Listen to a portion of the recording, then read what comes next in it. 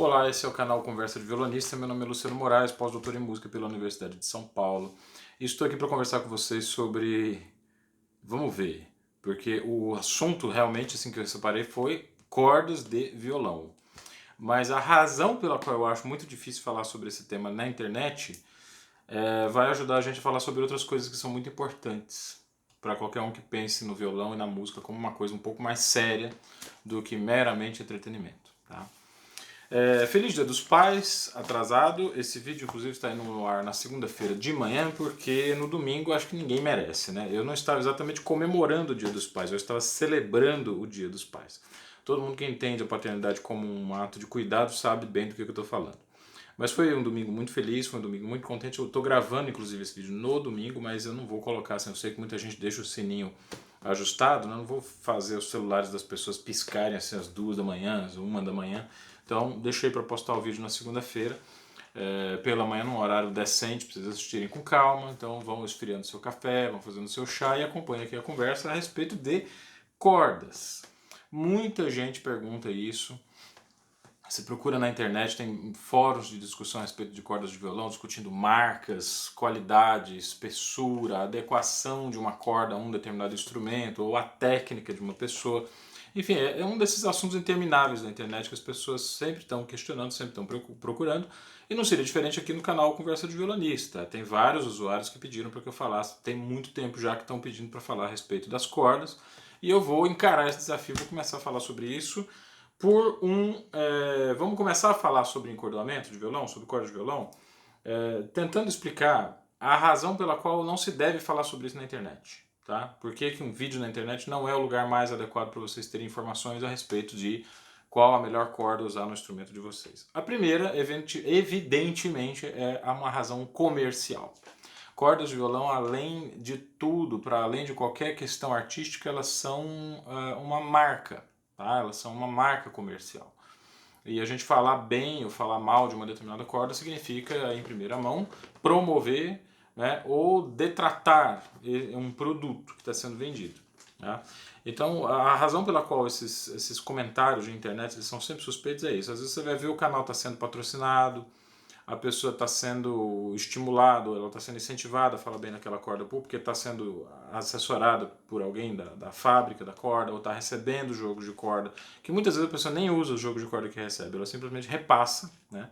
Recebe a corda, não usa a corda e revende essas cordas. Isso acontece, eu conheço, não vou, enfim, entrar em detalhes, mas é uma coisa que acontece com muita gente que é patrocinado por marcas de cordas de violão. Então essa é a primeira razão, a comercial. É uma boa razão para a gente evitar falar disso em espaços públicos. A outra razão que me levou até aqui, né, a ter um pouco de receio de falar de cordas, é a indução de conclusões precipitadas. Então, assim, eu fico muito lisonjeado com a importância que algumas pessoas dão à minha opinião, tá? Mas, assim, pode ser a minha opinião, pode ser a de qualquer grande violonista, ela jamais pode substituir a experiência pessoal de vocês. Então, quando uma pessoa, seja ela quem for, que tenha graus diferentes de ascendência em comunidades específicas diferentes, quando ela diz alguma coisa a respeito de uma marca de corda, aquilo tende a carregar um pouco o juízo das pessoas na direção dessa corda, seja esse comentário positivo ou negativo. Tá? E aí a terceira razão pela qual eu acho muito complicado falar de jogo de cordas na internet é essa alimentação constante de preconceitos. Tá? Uma corda que não funciona para uma determinada pessoa pode muito bem funcionar para outra, que tem uma outra técnica ou um outro tipo de instrumento.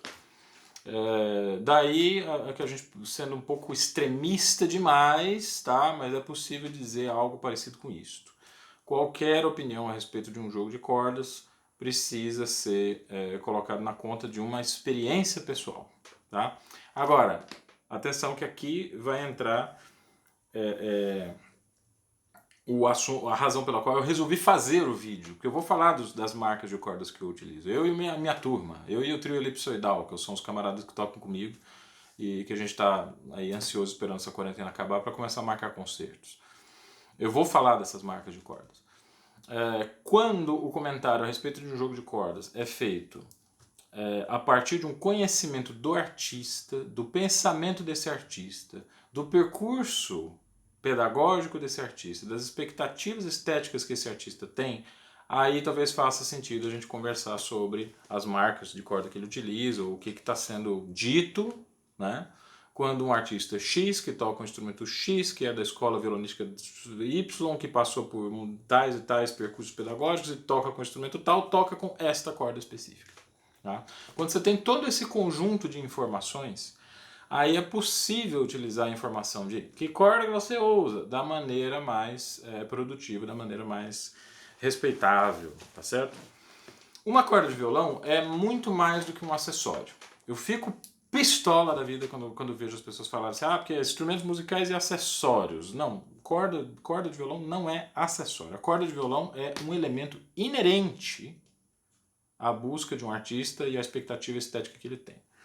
Eu vou ter que falar um pouco, então, assim, delimitado tudo isso, a gente pode falar um pouco sobre o meu próprio percurso pedagógico e artístico para que vocês entendam a razão que me levou a escolher uma determinada corda para um determinado tipo de instrumento. Eu sou goiano, eu me formei na escola da professora Maria das Graças Almeida de Araújo Lima, a famosa Graça Lima, que é uma professora de música que se inseriu dentro de um projeto pedagógico, eu acredito, revolucionário. Quanto mais velho eu fico, mais eu admiro esse projeto pedagógico. Tá? Procurem aqui no canal, eu fiz um vídeo especialmente sobre essa escola específica em que eu estudei, Música Centro de Estudos. Né? Uma escola que tinha uma proposta fantástica sob vários pontos de vista, mas o principal aspecto que tornava essa escola especial era a ideia de que a arte devia ser ensinada em contexto com todas as outras artes. Quer dizer, qualquer que fosse a arte específica que um estudante fosse escolher, quer ser músico, pianista, violoncelista, contrabaixista, cantor, o que fosse, ele iria aprender aquele ofício particular dentro do contexto, um contexto que incluía o estudo das outras artes. Então todos os músicos estudavam um pouco de teatro, um pouco de cinema, um pouco de dança, um pouco de artes plásticas. E isso valia para os outros artistas também. Os artistas plásticos se envolviam em criações musicais, os atores se envolviam em criações de dança, de música, e havia algumas disciplinas que todos os tipos de estudos de artes aconteciam, né, as disciplinas aconteciam com todo mundo reunido, era uma coisa realmente magnífica. E a Graça era uma espécie de pivô desse projeto pedagógico. Ela era coordenadora da área de cordas, ela falava grosso com os atores, ela sabia muito bem se posicionar em relação aos artistas plásticos, e ela sabia muito, de maneira muito clara, assim, até que ponto que ela poderia abrir certas concessões aos seus estudantes de música para favorecer determinadas ideias que o diretor de artes, por exemplo, o diretor de cena, tinha a respeito dos espetáculos que eram feitos no final do ano. Vou dar um exemplo pessoal. Tinha um número em que eu tinha que era um dos espetáculos de final de ano, era uma homenagem à história cultural de Goiânia, né? E em uma dessas cenas eu tinha que aparecer homenageando justamente a Bossa Nova. Então tinha um cantor, que era um cantor bastante importante da cena musical de Goiânia, que cantava, né, uma coisa da Bossa Nova do samba, e eu teria que acompanhar esse cantor. A Graça chegou em mim, ela fez uma coisa que eu me espantei muito. Ela disse que eu teria que tocar aquela música específica com o violão na perna direita. Era uma mulher extremamente rigorosa com questões técnicas, e naquela época eu era garoto ainda, eu tinha uma clareza muito grande de que o violão tinha que ser tocado de uma forma específica, que seria então um crime, né, se você pedisse para um estudante que ele abordasse uma outra maneira, que ele poderia incorrer até em problemas de postura, problemas posturais e tal. Mas a Graça tinha domínio sobre o tempo em que isso iria acontecer no espetáculo, a quantidade de ensaios que eu teria que fazer e a exposição de, nesse caso, um aluno dela na época, a uma rotina que quebrasse um pouco alguns fundamentos pedagógicos que teriam que ser desenvolvidos. Tá? Então a Graça era esse tipo de pessoa, ela conseguia juntar o conhecimento artístico musical integrado em um contexto mais amplo, mas ao mesmo tempo ela só podia fazer isso porque ela tinha muito rigor e muito controle dos aspectos específicos da arte musical que ela estava ensinando. Então, quando você tem uma clareza muito grande de quais são os elementos mais importantes da sua formação, você pode começar a zoar a partir do momento que esses elementos estão consolidados. Tá? Então, falando assim para o lado da abertura, né? Para o lado do rigor, eu me lembro até hoje da importância que ela dava ao toque, né? Quer dizer, a modelagem do som do violão a partir de um tipo de movimento muito específico. Depois eu vim a entender esse movimento um pouco mais analiticamente, eu descobri que a Graça trabalhava a questão do toque em 3 etapas, principalmente. Era a etapa de condução do movimento e contato com a corda, uma pressão mais pronunciada a partir daquela área em que a corda existe, né? Quer dizer, o dedo precisa ir aumentando de velocidade até encostar na corda. A partir do contato com a corda existe um tranco, né? Que nesse tranco é que o toque é produzido efetivamente, a gente consegue imprimir uma energia para a corda que faz com que mesmo sons muito suaves e em pianíssimo possam ser claramente ouvidos em uma sala de concerto, em uma sala grande. Eu fiz uma aula do estudo número 8 do Villa-Lobos, em que a gente passou, eu garanto para vocês, assim, 40, 45 minutos em um único compasso. Tá? Esse tipo de aula é muito marcante, porque imprime na gente uma responsabilidade com os elementos fundamentais, que é muito uma coisa que passa a te perseguir meio que a vida inteira. Né? Eu não consigo pegar o violão, pensar no violão sem modelar o som, sem modelar a sonoridade. Tá? Em razão de todo esse percurso, a gente fazia muitas experiências de jogo de cordas. Né? Todas as cordas nacionais daquela época estavam completamente descartadas. O Brasil, infelizmente, não conseguiu produzir uma corda de qualidade até a Hyper Pro, que é recente. Tá? E que eu vou falar da Hyper Pro um pouco mais à frente. Mas ela a gente não tinha realmente uma corda de violão profissional que pudesse ser utilizada em um instrumento artesanal de qualidade e pudesse produzir um bom resultado. Mas as cordas estrangeiras, as cordas importadas que chegavam, todos os tipos de Agostini, imperial, blue, a red, enfim, amarela, roxa, preta, vermelha, azul, magenta. Nós experimentamos todas as combinações possíveis de cordas Agostini e experimentamos também as cordas Savarez. Mas foi justamente a corda da Dario J44 a que funcionou melhor para a minha mão, para aquele toque que eu estava desenvolvido e para essas características particulares. Aqui, se você for olhar minha mão, né, meus dedos eles são muito finos e estreitos. É o tipo de dedo que tende a gerar um som um pouco mais espetado, um pouco mais aberto.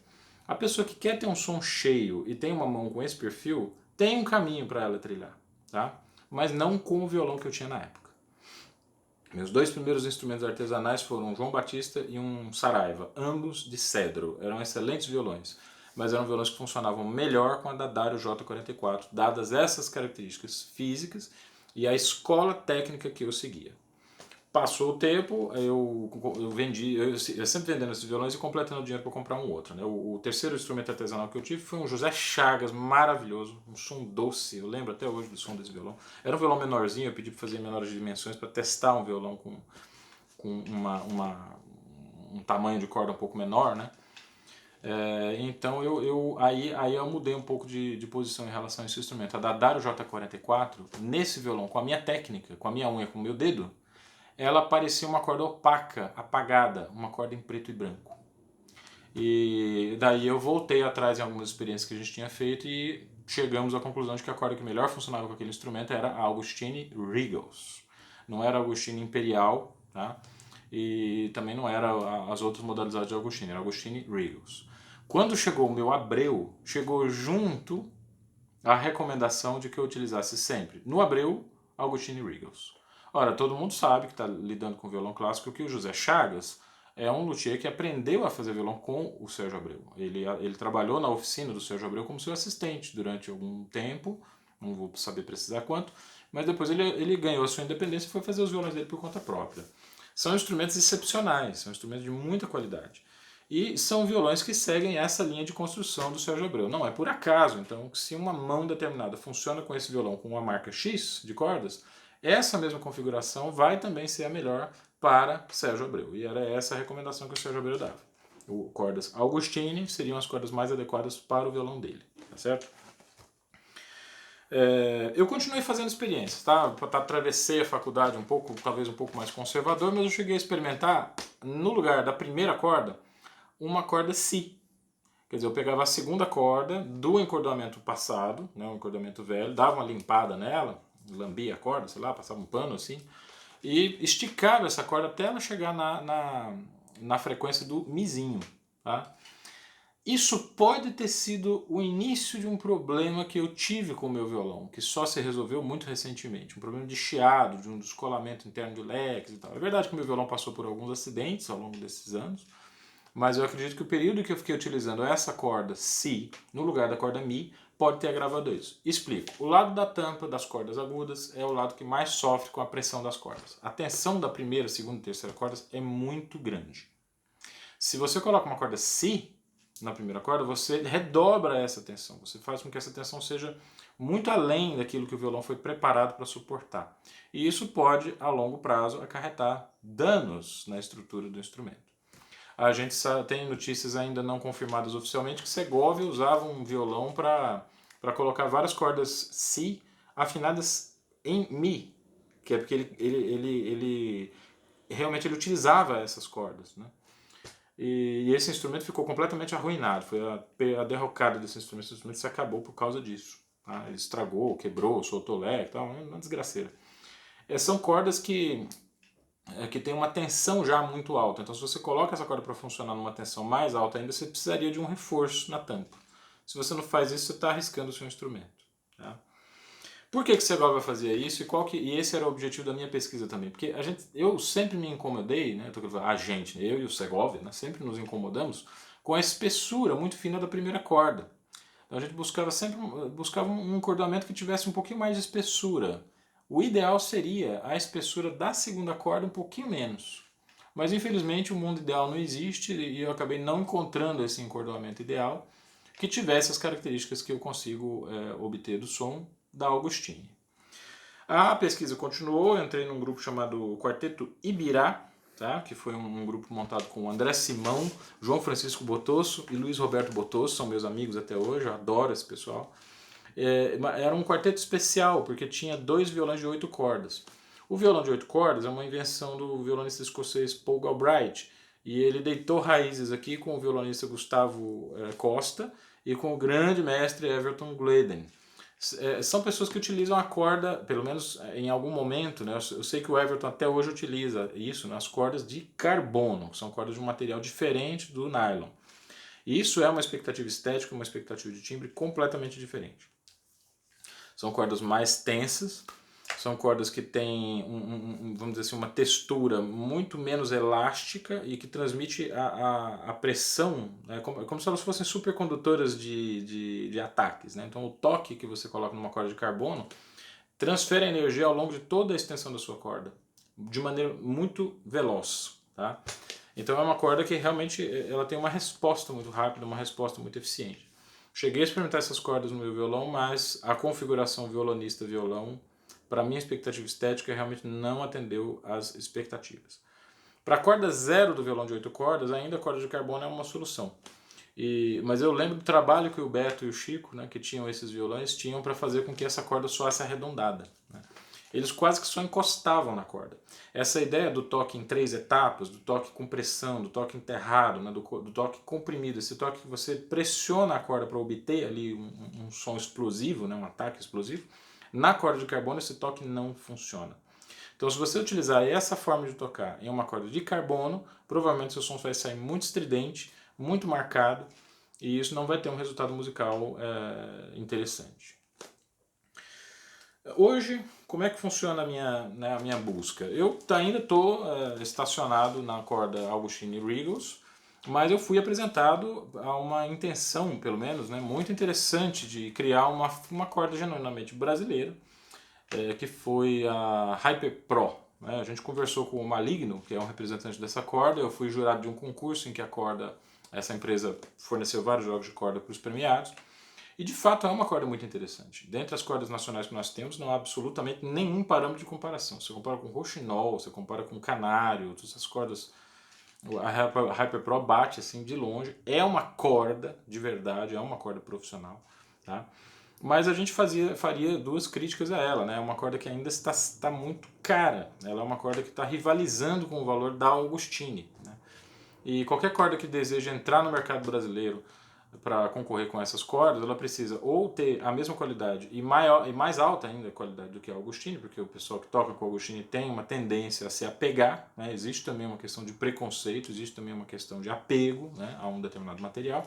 Então a corda precisa ser tão boa quanto ou melhor do que a Augustine, ou o preço dela tem que ser convidativo. Eu acredito que a Hyper Pro seja uma corda que possa concorrer com um modelo da Hanabar, que é a Hanabar para estudante. É uma corda que eu encontro aí pela internet sendo vendida a R$60, R$65, R$70 no máximo. Com essa corda eu acho que a Hyper Pro realmente pode competir. Se eu estivesse tocando com um violão de cedro, eu tinha um violão de cedro até uns anos atrás, depois eu vendi, possivelmente essa corda teria funcionado um pouco melhor. Por quê? Em relação à Augustine, eu entendo que tanto a da Dari 44 quanto a Harper Pro funcionam como cordas mais diretas, né, de comunicação um pouco mais direta.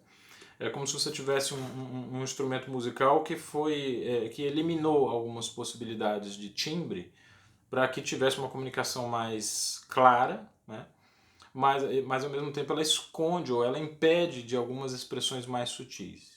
Isso pode ser uma coisa positiva quando o violonista não tem muito cuidado, não tem muito tempo para elaborar a sua interpretação, ou às vezes até elaborar suas unhas, porque uma corda que é um pouco mais surda, entre aspas, para detalhes de sutileza, ela esconde falhas com mais facilidade. Ocultar essas falhas em algum momento pode ser uma coisa importante para o violonista, porque a gente não quer trabalhar com um instrumento que sabote a nossa apresentação, né? Um instrumento que conte assim, você não estudou 2 horas ontem, aquela semana passada, aquela terça-feira você ficou vendo filme até tarde, você não tocou violão, e esse cantinho aqui da unha não está bem lixado, eu não sei, sabe, é chato isso. A verdade é que isso é chato. Você tem uma corda que está o tempo inteiro contando para as pessoas aquilo que você não fez, o que você não estudou, o que você não trabalhou, o que você não planejou, é chato, né? Mas, enfim, para que, como a gente está sempre trabalhando em termos de utopia, né, tentando sempre fazer o melhor, a intenção nossa, minha, do trio elipsoidal é trabalhar com materiais que nos exponham mesmo, né, com violões que nos exponham, com cordas que nos exponham, e que essa exposição possa ser de fato o foco do nosso aprendizado. A gente trabalha com uma zona de resistência muito dramática, tá? E isso força a gente a um tipo de estudo que é muito minucioso. Nos vídeos do trio elipsoidal vocês podem ver que cordas são essas. A gente trabalha com Augustine Regals nos 3 violões, 2 violões Abreu e um violão Tessarin de extrema qualidade, um violão maravilhoso que está na mão do Breno, do Breno Chaves. Tá? É importante a gente ressaltar que a Harper Pro é uma tentativa pioneira no Brasil de uma independência econômica de outras potências que produzem essas cordas de concerto. É necessário incentivar a indústria brasileira. É necessário que a gente reconheça o esforço dessa corda de produzir algo de qualidade e celebrar, comemorar o esforço que foi bem sucedido de produzir uma corda decente. Tá? Mas a gente tem que dizer assim que é preciso encontrar outras formas de incentivar a indústria, especialmente através da política, né? Tem cheio de político aí que fala que está interessado em ajudar o Brasil, mas eles estão quebrando a indústria brasileira. Né?